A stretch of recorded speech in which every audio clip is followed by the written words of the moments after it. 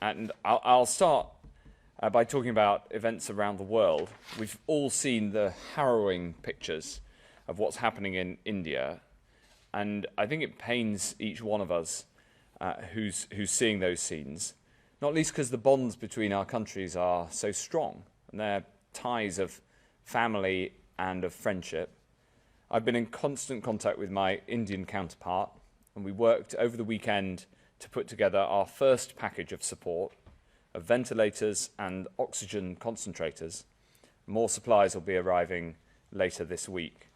I've also been working with the Health Minister for Northern Ireland, Robin Swan, to donate large-scale oxygen production equipment from Northern Ireland capable of producing over 1,000 litres of oxygen per minute, which is one of the main needs of the people of India. And I'd like to thank Robin for the incredible hard work he's done in getting this to the position it is so that we can get it sent to India where it can produce that oxygen that's so badly needed. Everyone across this whole United Kingdom stands side by side with the people of India in these troubled times. Because in this battle against coronavirus, we're all on the same side. This fight is a global fight. And when other nations face their hour of need, as we've faced our hour of need here at home, we'll be there. The situation in India is a stark reminder that this isn't over yet. It shows how important it is that we are vigilant here at home. And Professor Van Tam will take us through the data in a moment, but just before we do, I want to give an update on the vaccination programme. This morning we published new data giving the first concrete evidence of how much vaccines reduce transmission within households. We've seen already that a vaccine reduces your chances of catching COVID by around 2/3. This new data looked at people who tested positive after having received one dose of the vaccine and found that they were up to 50% less likely to pass on the disease to someone else in their household. And we're looking at whether the second dose gives an even bigger effect. We know that indoor settings have the highest risk of transmission, so these results are really encouraging in terms of the impact of the vaccine on reducing transmission. We're finding out more and more about the different layers of protection you get from a vaccine and how it's impacting in the real world. In summary, we think that you get around 2/3 protection against catching the disease at all, around 4/5 reduction in your likelihood of ending up in hospital, and around 85% protection from dying of COVID. That's the protection you get from one dose. And in addition to all that, you're up to half as likely to pass it on to somebody else that you live with.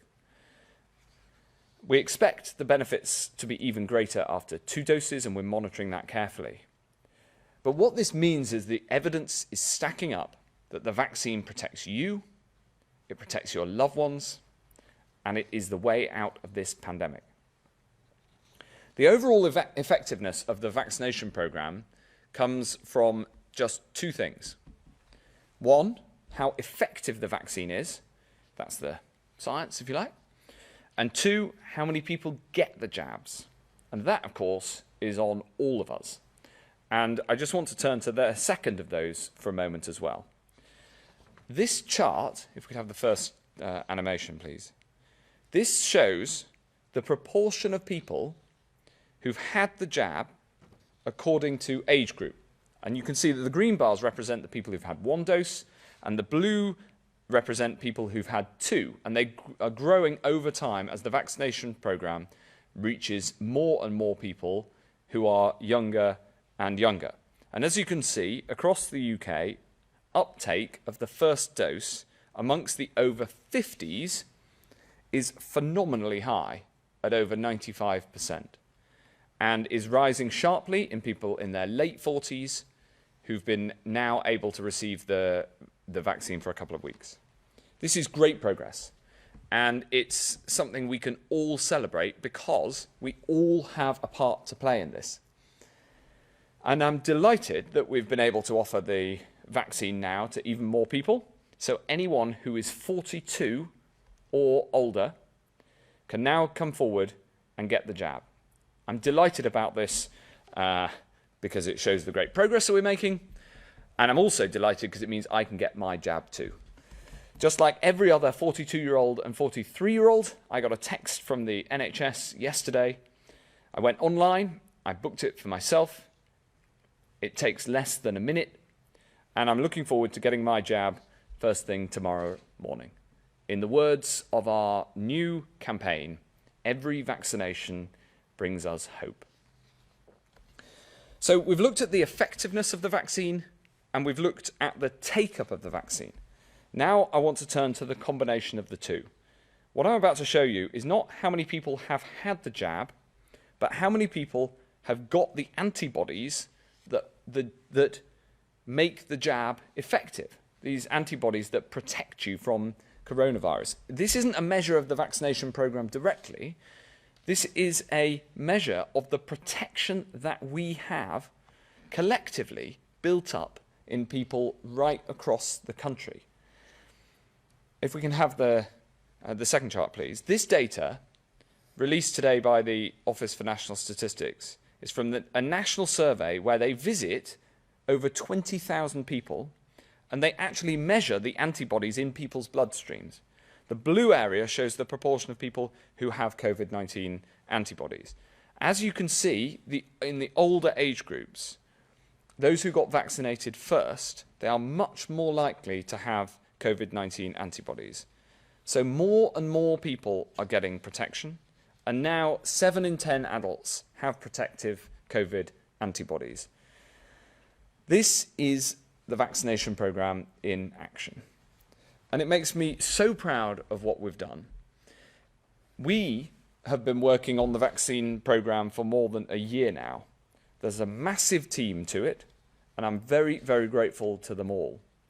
But the thing that makes me proudest is how, when the call came, the whole nation who's been asked has effectively stepped forward. Because this vaccination program depends, yes, on the effectiveness of the science, and that is crucial, but it depends on everybody stepping forward.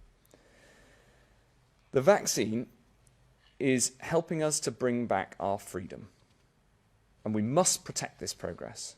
The biggest risk to that progress is the risk posed by a new variant. So we're working on our plans for booster shots too, and this is the final thing I want to talk about.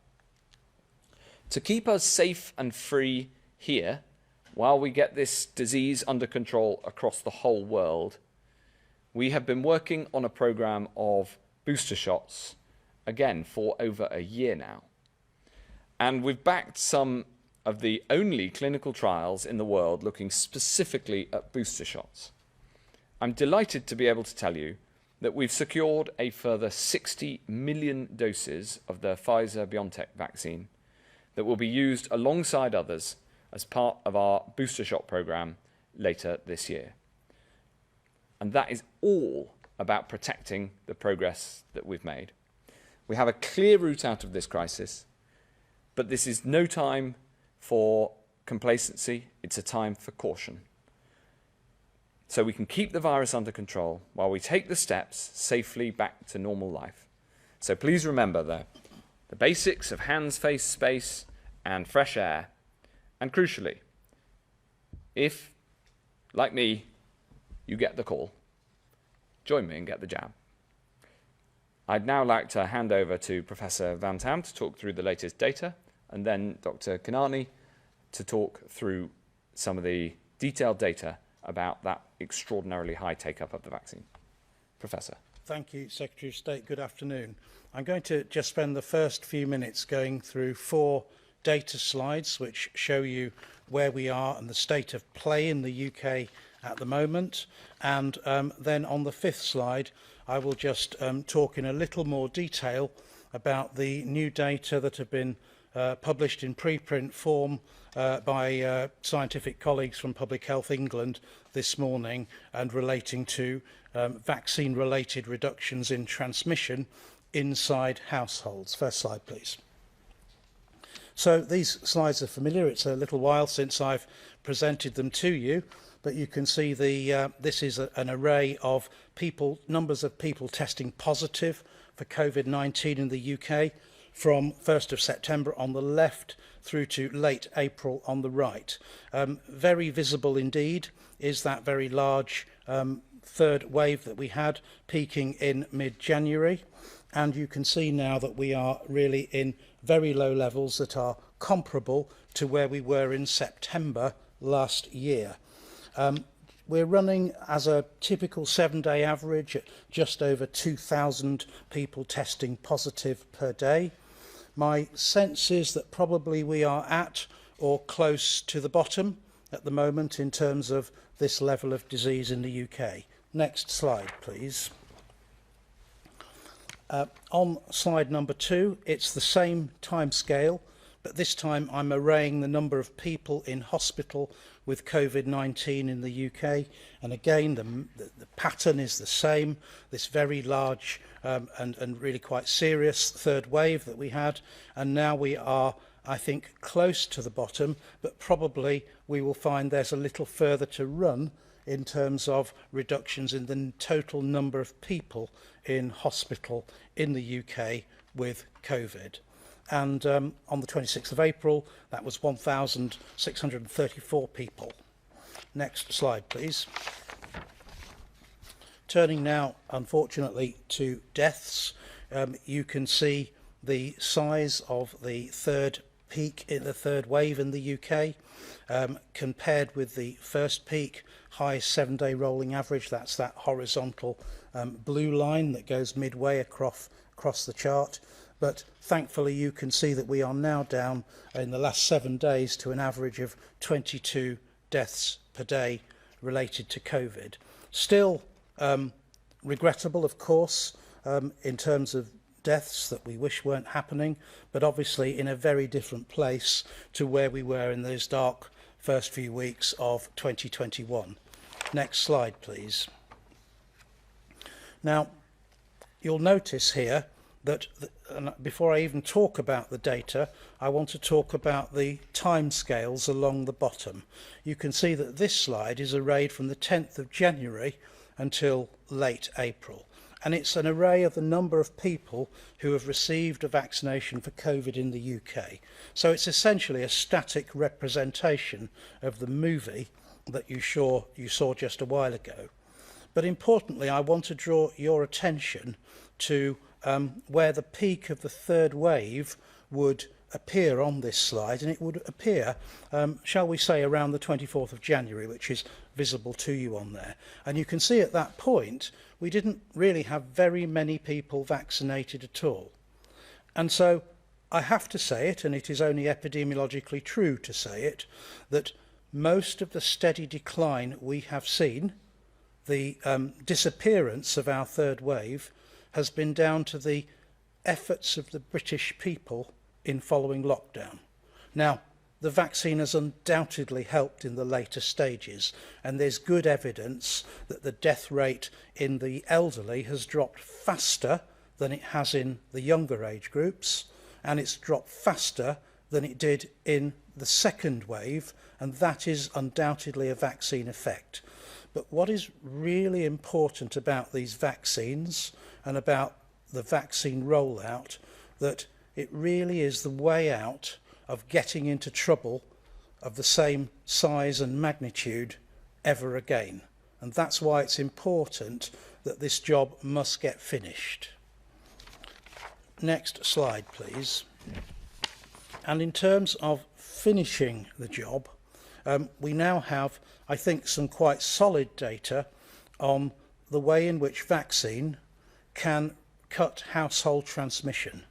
Now, this was a study called the Hosted Study from Public Health England colleagues, and the estimates, it's a very big study, 365,000 households, over 1 million contacts within those households, and the study was about vaccinated people who, in spite of the one dose of vaccine, still got COVID symptoms and still tested positive. In other words, you do get some people who get COVID even though they've had one dose of vaccine. But this study also looked at their unvaccinated household contacts and could show that with both vaccines, you can see the range of estimates on these blue circles, that there is a substantial reduction in creating further cases who also had symptoms and tested positive for coronavirus in those households. The point estimate for AZ is 38% and the point estimate for Pfizer is 49%, but really those ranges are rather more important, illustrating, even despite that massive size of the study, the uncertainties in the data and the fact that both are doing an extremely good job in reducing household transmission. And that's after one dose. So I do expect these results to improve after 2 doses. And the other thing I should say is that the estimates are probably conservative. Because if you get 2 members of a household who actually both pick up coronavirus from the same visitor at the door or the same place they went to, wherever it was, and their incubation periods are different. One had a short incubation period, they're the index case, and one, the household contact, had a longer incubation period, then actually you would say that the second one was a contact of the first and that transmission had occurred between them, but in actual fact they may have got it from the same place in the first instance. So there will be some of that in the study, and therefore I think these are quite cautious estimates of how important these vaccines are going to be in reducing transmission. And remember that a second dose should improve the situation further. I'm going to stop there. Thank you, Secretary of State. Thank you very much, Professor Van Tam. I'm now going to turn to Dr. Kanani. Thank you. So let me begin by giving my thanks, my heartfelt thanks to colleagues around the country who are still absolutely knocking it out of the park, making sure that people are getting protected. I want to congratulate particularly Sati and her team from Medway, who have achieved 50,000 vaccinations this week, and Sarah and her team from Harrogate and Rural, who have achieved 100,000 vaccines given this week as well. Really quite phenomenal. And in the last week, since I was last here, the NHS in England has managed to vaccinate 3.3 million people with a first or second dose. So that is nearly 28.5 million people in England who have had their first dose and over 11.4 million people who have had their second dose. And that second dose, as you heard, is crucial. That is where we are getting protection, but we still have to follow social distancing guidance, and that's really key. But that means that we have now vaccinated nearly 2/3 of the adult population in England, and more than 1/4 of people have been fully vaccinated. As I said, it's important that we all keep following national advice to reduce transmission, hospital admissions and deaths from COVID-19. But I'm pleased and I'm encouraged to see that we're keeping up the momentum and that we're on track in the biggest vaccination programme that the NHS has ever coordinated. I'm particularly proud, as Secretary of State mentioned, that we opened our booking lines to 44-year-olds on Monday and 43 and 42-year-olds yesterday. Nearly 750,000 people booked their appointments from Monday alone. So that is nearly 250 appointments booked a minute, or around 15,000 an hour. So incredible progress, and we'll continue to maintain that as far as supplies allow. So my message to everyone watching is the same as last week. If you're invited to get a vaccine, whether it's your first or second dose, please come forward. If you need to get a test or you're asked to get a test, please come forward. And if you have a health concern, please also come forward, because your NHS is still there for you. Thank you. Thank you very much, Dr. Kanani. We're now going to questions from the public before some questions from journalists. And the first question from a member of the public is from Rachel in Derby by video. My question is, when will we be able to take our care home relatives outside for a walk in the fresh air without them having to self-isolate on their return? It's been almost 14 months since my mum has been able to leave the premises and her condition has deteriorated. She's now also on antidepressants. Please help us find a safe way for this to happen very soon. Thank you. Thank you, Rachel. It's an incredibly important question, and we're working on it right now. And in fact, I had a meeting on this yesterday to make sure that we can get the rules right so that people can safely leave a care home and come back without bringing coronavirus back into the home. And especially now that vaccinations have taken place amongst residents, the vast majority have now had 2 doses, and amongst staff, vaccination rates are rising as well. And also because the rates of coronavirus are so much lower in the community. So I hope that we can have some good news for you soon, Rachel. You'll understand, given the history, why it's so important that we have protective rules for those who live in care homes. They are amongst the most vulnerable to COVID. But we also know that there are risks and health consequences of not having visitors and not allowing care home residents to visit out without, as you say, having then to isolate within the home when they come back. So I hope some good news for you soon. Is there anything you'd like to add? I only really want to, echo what the Secretary of State has said, that, this is desperately important for people's mental health and desperately important that we do restore that normality for people who live in residential care. But it has to be done carefully. And the additional science factor is that we still need further data to understand with a little more clarity whether these vaccines work as well in the extremely frail elderly as they do in the fit and younger adult, and we need to know if they work as well in patients who are clinically vulnerable or clinically extremely vulnerable with underlying conditions. Those data are going to take a little while longer to give us real clarity, and they will help us pull this picture together so that I hope we can move with maximum safe speed to get back to normal. Thanks very much. The next question is from Melanie in Derbyshire by text, and Melanie asks, during the pandemic, the UK has emerged as a powerhouse of biomedical research, innovation and development. What plans does the government have to continue this beyond COVID and make the UK a global leader in this area? Melanie, this is an incredibly important question. And in fact, after being vaccinated tomorrow morning, I'm then going to give a speech on precisely this topic. So you've asked it at a very good moment.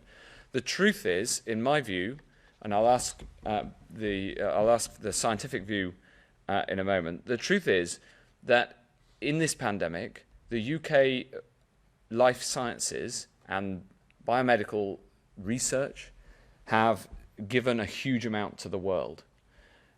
Probably our greatest contribution to saving lives and tackling this pandemic around the world is the Oxford AstraZeneca vaccine, and in particular, the decision to ensure that it's provided at cost without any charge for profit or intellectual property. It's been a huge and heroic effort, and I'm very grateful to the team at Oxford and the team at AstraZeneca who've done an absolutely amazing job at making this happen. And then the capabilities, for instance, in clinical trials, because it's in the UK clinical trials that we've discovered the most drugs that work to save people's lives. First, of course, dexamethasone, which they estimate has saved up to 1 million lives around the world already. To make sure that this is very successful going forward, we're going to ensure that we attract onshore here in the UK, not just the research, the innovation, the development that you mentioned, but also the manufacturing of these products, We want to make it an impossible choice for a pharmaceutical company not to invest in the UK.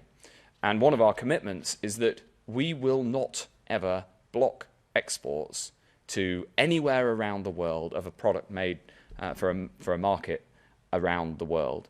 So you might have noticed you struck a chord with your question. It's something I care deeply about. There's a huge amount for the UK, and that the UK can help collaboratively, working with others around the world, to save and improve lives, not just in terms of COVID and this pandemic, but the many, many other things we need to do in the future, tackling cancer, research for dementia, so many other vital things that we need to do. Yeah, Dr. Kanani. Thank you.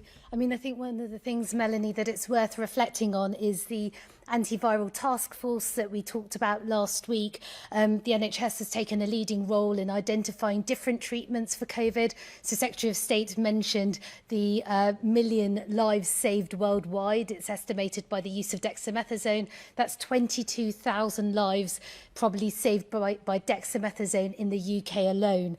So a part of that is thanks to the 1.1 million people who've engaged in research. So one of my pleas is keep engaging in research, because actually with your help we can continue to be a global leader. And remember that we are now taking therapies from theory into the front line within 6 days. So it's really important that we continue the research, keep learning and keep showing the country what we can do. Absolutely. Professor? I'm extremely proud of the UK science showing in this awful pandemic. I particularly want to thank the National Institute for Health Research, the NIHR, who've been the absolute backbone of everything that we've done. And I want to thank NHS frontline clinicians who somehow have fitted in the consenting and recruiting of patients into these massive studies alongside this appalling workload that they've had. And I want to thank the patients, tens of thousands of them across the UK, who've, despite being very ill with coronavirus, who've said, yeah, clinical trial, I'm up for it, sign me up. And that's really quite remarkable. And I want to remind you that's still going on. We are the ones who are trying to generate the data on mix and match schedules for vaccines. We are the ones that are already very deep in planning to understand vaccine studies to look at booster doses for vaccines, either for the autumn or for later, if later is when they are needed. But all of that work is going on, and multiple countries and organisations around the world are constantly asking and saying, wow, you're getting on with that already. When can you share the data with us? So, yeah, we're in a good place on the science. Thanks very much, Melanie, for your question. Incredibly important for the future, and something that we all care very, very much about. The next question is from Laura Koonsberg at the BBC. Thank you very much, Secretary of State. If a serving government minister is found to have broken the rules on party funding or even law, should they resign? Well, thanks very much. I know that the Prime Minister answered lots of questions about this in the House of Commons earlier, and given that this is a coronavirus press conference, you won't be surprised that I'm not going to add to the answers the Prime Minister's already given to very extensive questioning. Thanks. Next question is Christian Gurumurthy. Mr. Hancock, I want to come to the situation in India, which is distressing millions of people in this country as well. I'm sure the oxygen will be appreciated by the hundreds it will save, but India has a shortage of vaccines, not least because America has restricted the export of components, even though India kept ingredients going the other way. Are you reconsidering Britain's sort of Britain first approach to vaccines and considering whether you can release any doses to help India? And also, are you, as Sir Edward Lee suggested today, perhaps reconsidering the drastic cuts to the international development budget, which could also have drastic impact on the impact of COVID in the world's poorest countries?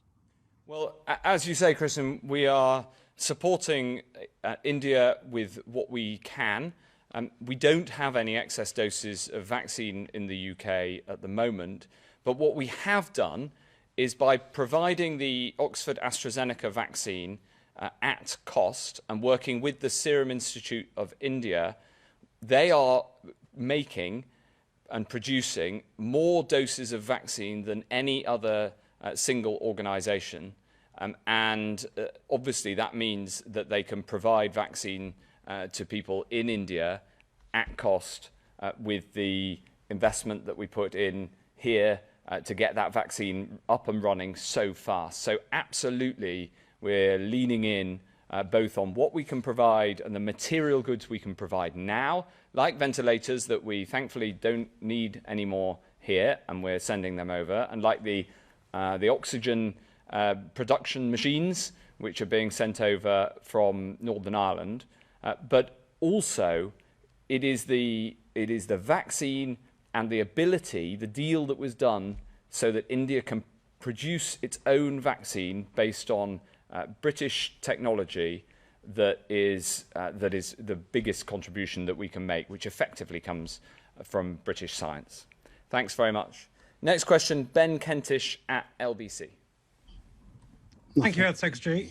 Given what you and Professor Van Tam have said today about how positive the data is looking, given almost 70% of adults in England now have antibodies, I wanted to ask about the rules and particularly about funerals, because some say there is a risk that you are now doing exactly what you said you wouldn't and sticking rigidly to dates set back in February rather than factoring in how good the data is looking. Now, there's rules in all sorts of areas, but we've heard so many stories from people who cannot mourn loved ones in the way they would wish. Given in 7 weeks' time, those same people will be able to pack into nightclubs, will you look again at relaxing the rules on funerals? And if I could just ask you a second question. About a month ago, you said in a few weeks we'd have data on how well current vaccines are working against current variants. Could you tell us what that data shows and what it means for both international travel this summer, but also the need or otherwise for a booster programme this autumn? And if I could just ask a very cheeky quick one to Professor Van Tam, given that antibody data, Professor, how close do you think we are to herd immunity, and what sort of threshold would we be looking at in percentage terms in order to reach that? Thank you very much. Thanks very much, Ben. So I'll ask Professor Van Tam to answer the second and the third question, if I may, if you don't mind the extra burden on your workload. On funerals, this is, of course, incredibly important and very sensitive subject. The data show that we are essentially precisely on track for where we expected to be at this point. And that is obviously good news. It means that we can follow the roadmap. And we look at the data all of the time. The dates that we set out are not before dates, because we want to see the impact of each step before the decision to take the next step. So that's why the roadmap's been structured the way that it is, so that we can check that we are on track. The good news is that as far as the next step is concerned, which is in a few weeks' time, and we're going to keep monitoring the data, but as of today, we are on track for step 3 on the 17th of May, and that is good news. We're almost exactly where the modelers predicted that we would be at this point. On questions 2 and 3. Yeah, thanks, Ben. I think there are some twists and turns ahead still, but I think we are moving at pace, and I think we're essentially following a good dry line now. But I don't want us to run into any wet patches. That is going to be really critical in the next few weeks. There are going to be good pressures on R and bad pressures on R in the next few weeks. Obviously, with the 17th of May planned easements and the 21st of June planned easements, these will have a propensity, as we mix more and more normally, to increase R. At the same time, we hope that the continued vaccine rollout, if it continues as well as it has started, will put the downward pressure on R. So those are kind of competing forces that are at play in the next few weeks for all the right reasons. And so I want us to continue at pace, but still with caution. And I can't emphasise how important the vaccine programme continues to be, because we are at the moment down to 42-year-olds, but we need to go much further down and continue that high uptake to put us in a really sustainably safe place. Now, on the variants, which was your next question, all of the data that you've heard at previous press briefings and the data again today are largely generated after Christmas. And because they are largely generated after Christmas, they are generated against the Kent B117 variant virus. And so we are extremely confident that our current vaccines are working extremely well against the dominant variant in the UK. There are now other variants, and of course there's ones that are in the headlines, such as the Indian 617 variant, and there are others which have been in the headlines for some time, such as the South African 351 variant and the Brazil P1. Those case numbers in the UK have grown. I couldn't call the numbers trivial, but at the same token, I don't see them rushing away now or in the next few weeks in terms of giving us a new kind of problem. The way you test the vaccines against these variants is either you have that variant circulating widely in your population, and then you kind of learn the hard way whether the vaccines are working or not. You gain real-life epidemiological data. We can't do that if they're not circulating. We're trying not to let them circulate, so we're not going to create that situation. So instead, what we do are a series of laboratory studies called neutralization studies. And what they do is they take blood with antibodies from people who've had the vaccine, and we can run that blood, that serum, against a range of different viruses. And if the antibodies neutralize the virus, that tells us that the vaccines are likely to work well.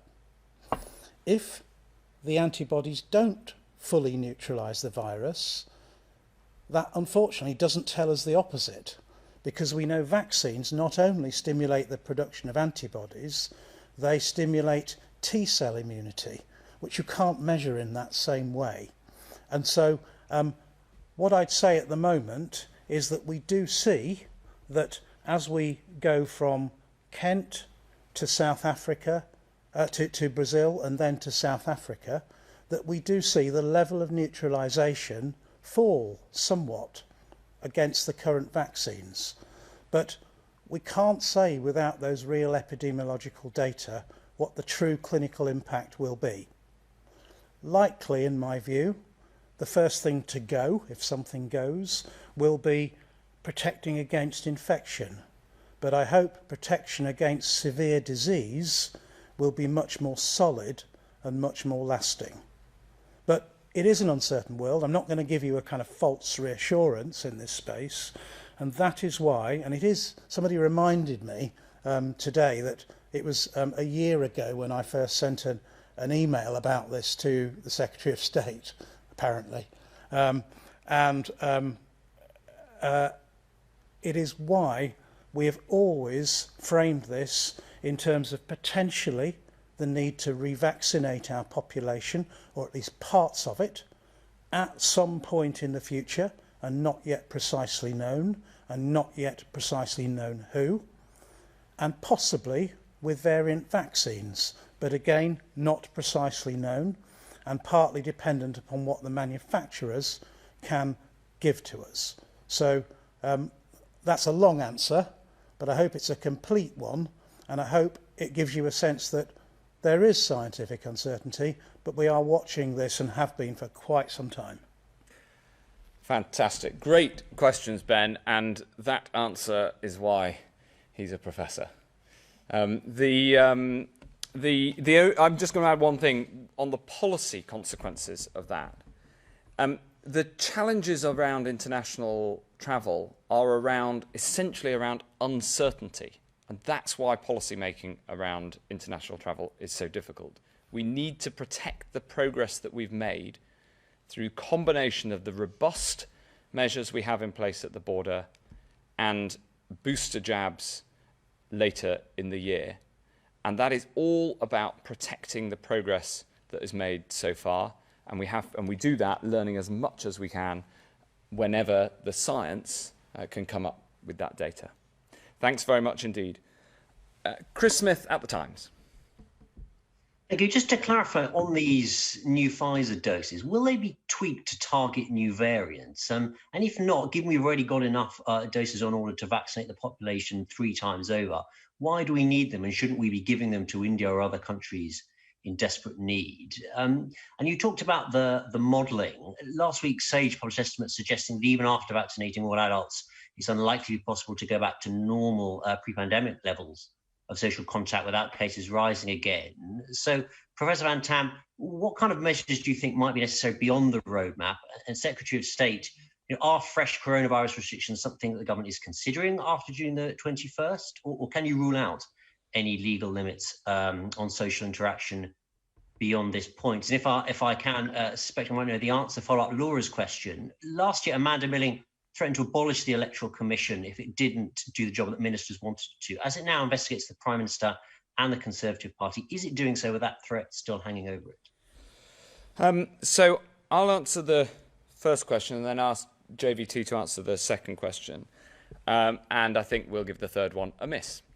The truth is that the 60 million Pfizer jabs they have not yet been manufactured. This is a forward order. So it's not that they are there now in our PHE freezers ready to roll out. And I'll ask JVT to set out the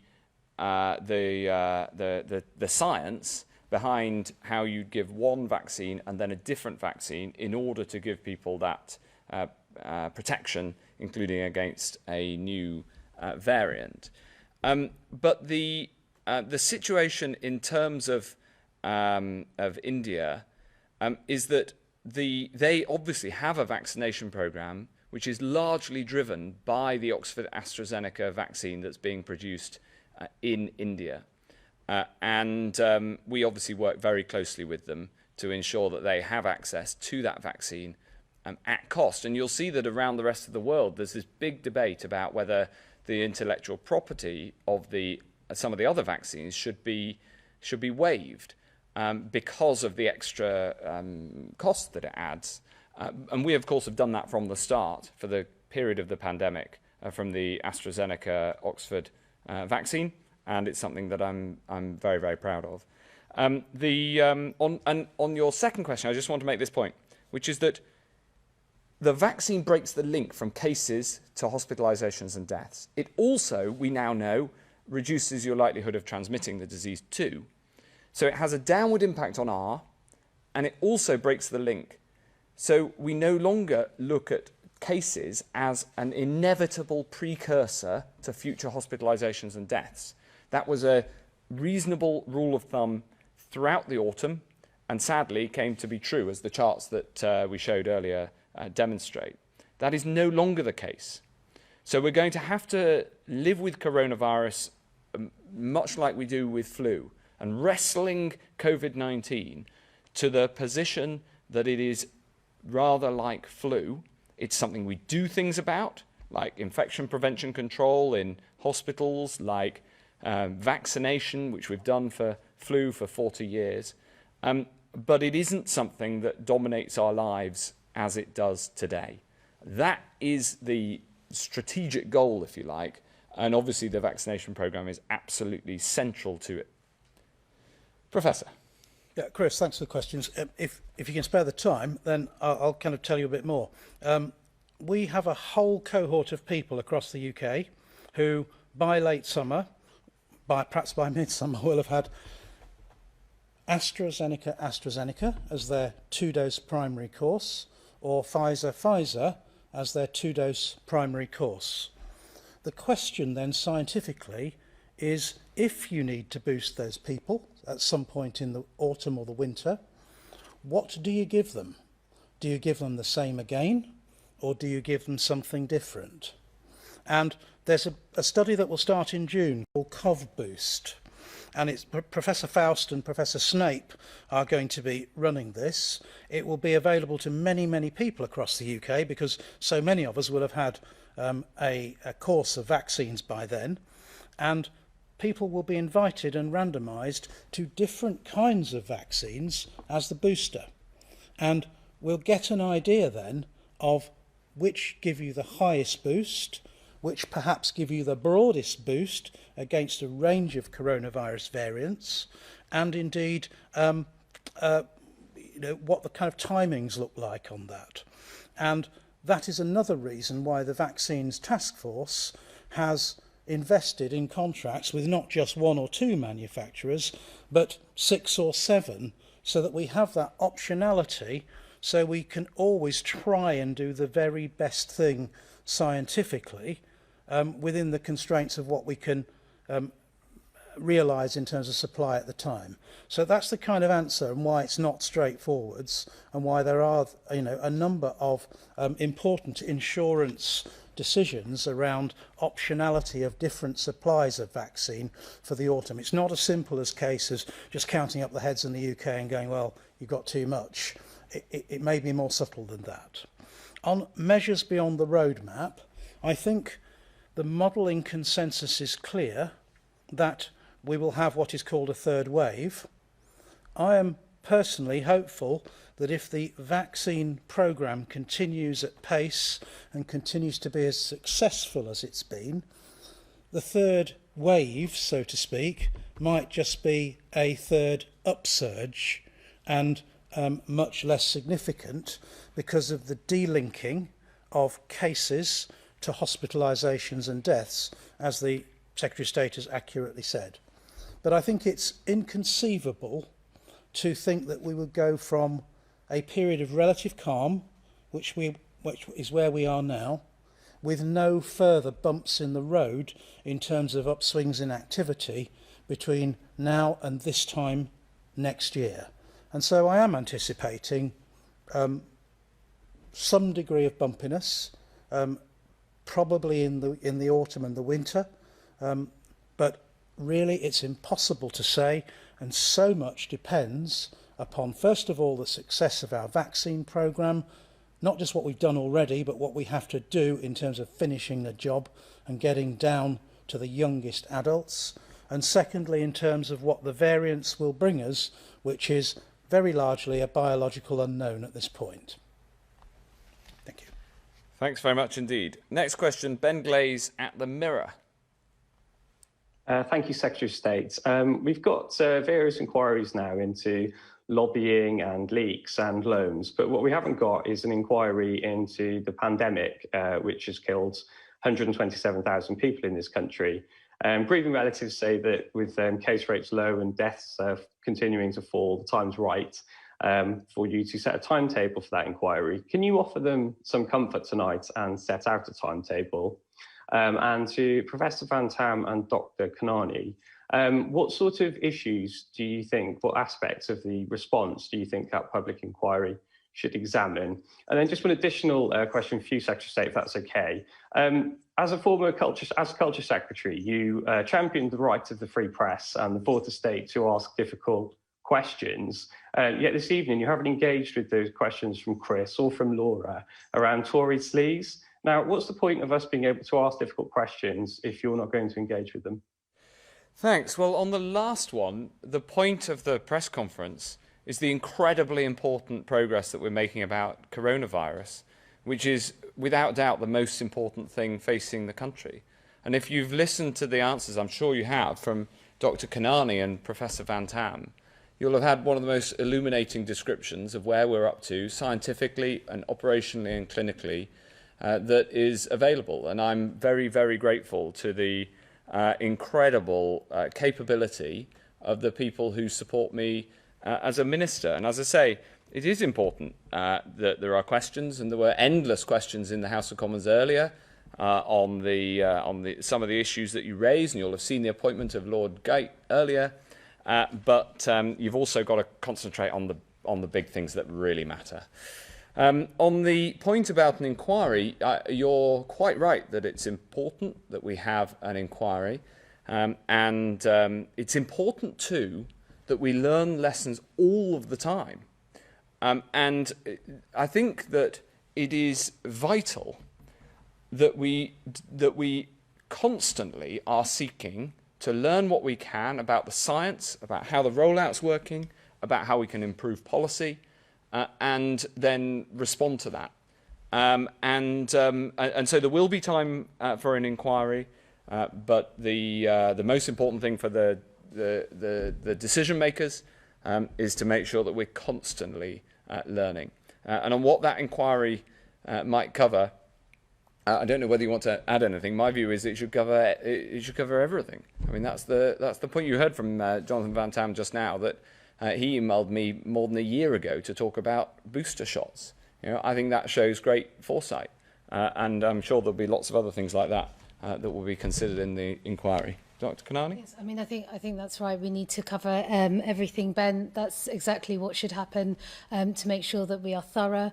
But I want to, at the same time, make sure we focus on what the vaccination programme is doing. And my message will continue to be, keep coming forward for the vaccination when you're offered to do so. And if the vaccination is part of that inquiry, we will make sure that we keep learning from that and use that learning in booster programmes and going forward as well. Anything to add? Yes, something to add. Thanks, Secretary of State. So, look, my views on the inquiry are it's very important, but please not now. We are far too busy still engaged in cementing in the gains that we've made and making sure that we don't have anything like the same kind of turbulence next winter as we had this winter. I hope the inquiry will focus very strongly on the amazing success of the vaccine procurement and vaccine delivery.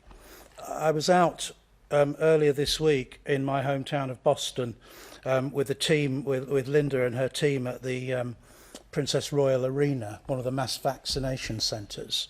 And, you know, they are doing a brilliant job. And each one of them should be able to look back and look at themselves in the mirror in the future and say, this is what I did in 2021. This is the difference I made.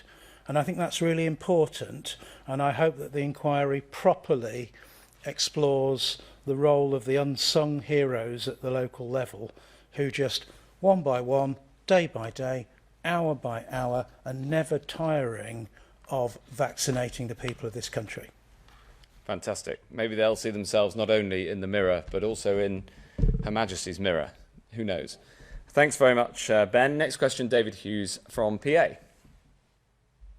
It's one for all of you. In America, the health regulators have said the latest science means people who have received both doses of the vaccine can meet up freely. If the government's still guided by the science, why can't that happen here? Is it because, as PHE's Mary Ramsey said today, there are different cultural perspectives and there's a desire for everyone to move at once here? And for you, Secretary of State, you often find yourselves on a different side of the arguments to the Prime Minister during consideration of lockdowns. Did you ever hear him say that he'd be prepared to let coronavirus rip or see bodies pile up rather than impose another lockdown? No, I didn't. And on the first question, the decision we've taken, and I think it's a decision very widely supported across the country, is to move together. That's what the roadmap does. As you know, in the autumn, we moved different parts of the country, different parts of England, according to the rates that we saw in those areas. That had some advantages, but it also had a disadvantage that we then saw in the areas where we had fewer restrictions. We saw cases pop up. So we took the decision when we wrote the roadmap that we all move as one, and I think that is very, very widely supported. Professor, and then we'll end with Dr. Kanani. So just a bit of science on the vaccinated people meeting. You are quite right that if two people who've both had 2 doses of vaccine and have both served, if that's the right term, at least 14 days after their second dose, then I would be highly confident scientifically that if those were reputable vaccines, then indeed it would be incredibly safe for those two people to meet. So the answer to your question, though, is soon. I really hope soon, but not quite now. Please remember that nobody under 42, other than the clinically extremely vulnerable, in whom the vaccine may be slightly less effective, and healthcare workers have had the vaccine, let alone had 2 courses and been 14 days beyond it. So I know this feels tantalisingly extremely close, and it is going to be frustrating at times for people, particularly those who've had their 2 doses, but we just need to make sure we don't have to go backwards again on any of this, and just kind of, just hold the line for just a teeny bit longer. Not all 42-year-olds have had it yet. Dr. Kanani. Thank you. Thanks, David. I think one of the things that is really worth reflecting on as we talk about moving as a country together is that the vaccination programme has really at its core always talked about not leaving people behind, and so it's really important that we have vaccine equity. I spoke last week about uptake in ethnic minority groups rising at an exponential rate, and we need to make sure that everyone is protected, because and you've heard it before, but none of us are protected until all of us are protected. So a little bit longer, please. Thanks very much. That brings this coronavirus briefing to an end. Hope to see you soon.